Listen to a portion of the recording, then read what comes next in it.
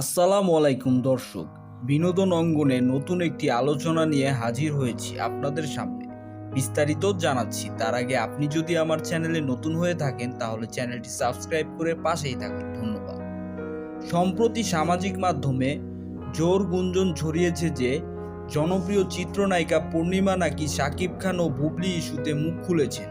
এমনকি বিভিন্ন পোস্টে দাবি করা হচ্ছে পূর্ণিমা বুবলিকে নিয়ে কড়া মন্তব্য করেছেন এবং তাকে খারাপ মেয়ে বলেও আখ্যা দিয়েছেন। এই দাবি ঘিরে ইতোমধ্যেই ভক্তদের মাঝে শুরু হয়েছে ব্যাপক আলোচনা। অনেকেই জানতে চাইছেন আসলে কি পূর্ণিমা এমন কোনো মন্তব্য করেছেন নাকি এটি শুধুই সামাজিক মাধ্যমে ছড়িয়ে পড়া একটি দাবি। অন্যদিকে শাকিব খান ও বুবলির ব্যক্তিগত জীবন, তাদের সম্পর্ক এবং সন্তানকে ঘিরে দীর্ঘদিন ধরে নানা আলোচনা ও বিতর্ক চলছে।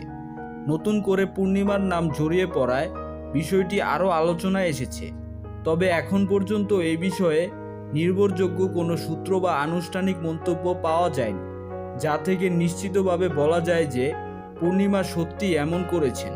সো ভিউয়ার্স, এই বিষয়টি নিয়ে আপনাদের কি মতামত কমেন্ট করে জানাতে ভুলবেন না। ধন্যবাদ।